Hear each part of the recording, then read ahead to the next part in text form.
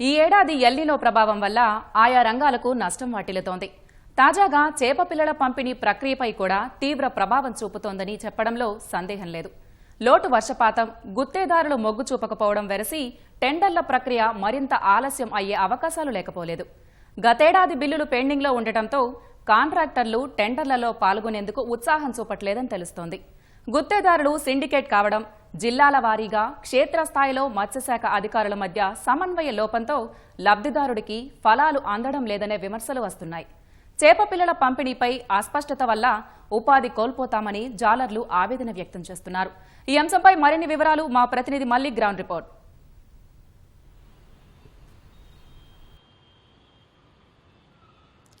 ప్రసన్న, ఈ ఏడాది ఎల్నినో ప్రభావం అన్ని రంగాలపై పడుతుంది. ప్రత్యేకించి కీలక వ్యవసాయ రంగం, అనుబంధ రంగాలపై ప్రత్యక్షంగా చూపిస్తుంది. అలాగే ఈ ఏడాది ఎల్నినో ప్రభావం వల్ల ఇప్పటికే జలాశయాలు పూర్తి స్థాయిలో నిండలేదు. అదే సమయంలో ఆశించిన వర్షపాతం కూడా నమోదు కాలేదు. ఇప్పటికీ కూడా దాదాపు 25% లోటు వర్షపాతం కొనసాగుతుంది రాష్ట్ర వ్యాప్తంగా. ఈ నేపథ్యంలో సాధారణంగా ఇదే సమయానికల్లా చెరువుల్లో చేప పిల్లల పంపిణీ జరగాల్సి ఉన్నప్పటికీ క్షేత్రస్థాయిలో ఇంకా ఎక్కడ కూడా ఆ ప్రక్రియ మొదలు కాలేదు. ఈ ఏడాది రాష్ట్ర ప్రభుత్వం మత్స్యశాఖ టెండర్లు ఆహ్వానిస్తే కేవలం కొన్ని జిల్లాల్లో మాత్రమే టెండర్లు దాఖలయ్యాయి. చాలామంది అధిక శాతం కాంట్రాక్టర్లు అధికారులతో కలిసి కుమ్ముక్కయ్యారు. చాలామంది కొన్ని జిల్లాలో ఒకే ఒక్క టెండర్ దాఖలైంది. దాదాపు 15 జిల్లాల్లో అసలు టెండర్లే దాఖలు కాలేదు. ఈ దిగ్భ్రాంతికి గురైన మత్స్యశాఖ మరో 3 రోజులు గడువు పొడిగించింది. అయితే ఇవాళ గడువు ముగిసింది. ఈ 3 రోజులు పెంచిన గడువు ఇవాళ ముగిసింది. ఇప్పటికి ఎన్ని దాఖలయ్యో ఇంకా లెక్కలు రాత్రి వరకు తెలిసే అవకాశం ఉంది. ఈ నేపథ్యంలో రాష్ట్ర వ్యాప్తంగా కూడా దాదాపుగా 100 ప్రధాన జలాశయాలు, 26,000 చెరువుల్లో ఇంకా నీరు చేరలేదు. చాలా చోట్ల కూడా ఇటీవల కాలంలో కురిసిన వర్షాలు కురిసినప్పటికీ ఆశించిన స్థాయిలో జలాశయాల్లోకి నీరు రాలేదు. ఇటీవల కురిసిన మహారాష్ట్ర, కర్ణాటకలో కురిసిన వర్షాల వల్ల కృష్ణా, గోదావరి పరివాహక ప్రాంతాల్లో కొన్ని జలాశయాలు ఆశించిన వరకు నీరు వచ్చిందని చెప్పవచ్చు. దాదాపుగా 30% చెరువులో నీళ్లు ఇంకా రాలేదు. ఈ క్రమంలో అదే సమయంలో టెండర్ల ప్రక్రియ పూర్తి కాకపోవడంతో ఉచిత చేప పిల్లల పంపిణీ ప్రక్రియ అనేది తీవ్రమైన జాప్యం జరుగుతుంది. ఇప్పటికే దాదాపుగా ఆగస్టు మాసం 22వ తారీఖు చేరింది. అంటే ఈ నెలాఖరు వరకు కూడా చేప పిల్లల పంపిణీ ప్రక్రియపై ఒక స్పష్టత వచ్చే అవకాశం మాత్రం కనిపించడం లేదు. ఈ నేపథ్యంలో రాష్ట్ర ప్రభుత్వం అలాగే మత్స్యశాఖ మంత్రి వాకిటి శ్రీహరి ఒక ప్రత్యేక సమావేశం ఏర్పాటు చేసి అసలు గతంలో ఎలా ప్రక్రియ సాగింది, ఈసారి ఎందుకు విఫలమైందన్న అంశాలపై సమీక్షిస్తున్నారు. గత ఏడాది కూడా 122 కోట్ల రూపాయల వ్యయంతో చేప పిల్లల పంపిణీ చేసినప్పటికీ పెద్దగా ఫలితాలు రాలేదు.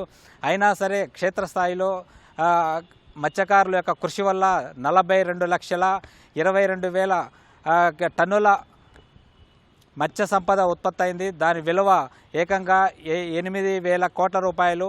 ఈ ఏడాది కూడా 10,000 కోట్ల రూపాయలు లక్ష్యంగా పెట్టుకున్నప్పటికీ ఇంకా పూర్తి స్థాయిలో ఇంకా ప్రక్రియ ముందుకు సాగడం లేదు. మేనమేషాలు లెక్కిస్తున్నారు. ప్రత్యేకించి ఇటీవల కాలంలో కేంద్ర ప్రభుత్వం పెద్ద ఎత్తున స్టార్టప్ కల్చర్ని ప్రోత్సహిస్తుంది. మత్స్య రంగంలో కూడా ఉపాధి అవకాశాలు, ఉద్యోగ అవకాశాలు అపారంగా ఉన్నాయి.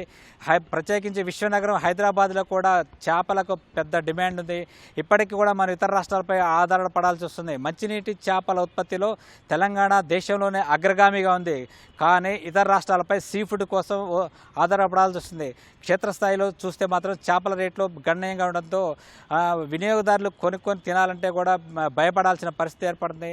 ఈ క్రమంలో సకాలంలో పూర్తి స్థాయిలో కూడా ఇప్పటికే పెంపకం స్టార్ట్ చేసినట్టయితే వచ్చే సీజన్లోగా చేప పిల్లల ఉత్పత్తి గణనీయంగా పెరిగి రైతుల ఆదాయాలు, మత్స్యకారుల ఆదాయాలు మెరుగుపడతాయని చెప్పి ఆశిస్తున్నప్పటికీ ఆ పరిస్థితి మాత్రం కనిపించడం లేదు.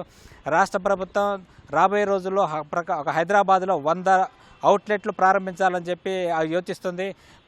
ఇప్పటికే దక్షిణ కొరియాలో మత్స్యశాఖ ఒక అధ్యయనం చేసింది. దక్షిణ కొరియా తరహాలో హైదరాబాద్లో అంటే చుట్టుపక్కల నలుమూలలా కూడా GFCMC పరిధిలో 100 వరకు ఫిష్ అవుట్లెట్లు తెరచాలని చెప్పి యోచిస్తుంది. ఆ ఫిష్ అవుట్లెట్లో సీ ఫుడ్స్తో పాటు వివిధ రకాల చేపల ఉత్పత్తులు, తినుబండారాలు కూడా అందుబాటులో ఉంచాలని చెప్పి ఒక కీలకమైన సూత్రప్రాయంగా నిర్ణయం తీసుకుంది. ఇక రాబోయే రోజుల్లో వర్షాలు వస్తాయా రావా అనే సందిగ్ధత నెలకొంది. ఇదే పరిస్థితి కొనసాగితే మాత్రం ఉచిత చేప పిల్లల పంపిణీపై తీవ్రమైన ప్రభావం కనిపించే అవకాశం మాత్రం కనిపిస్తుంది. Over to you.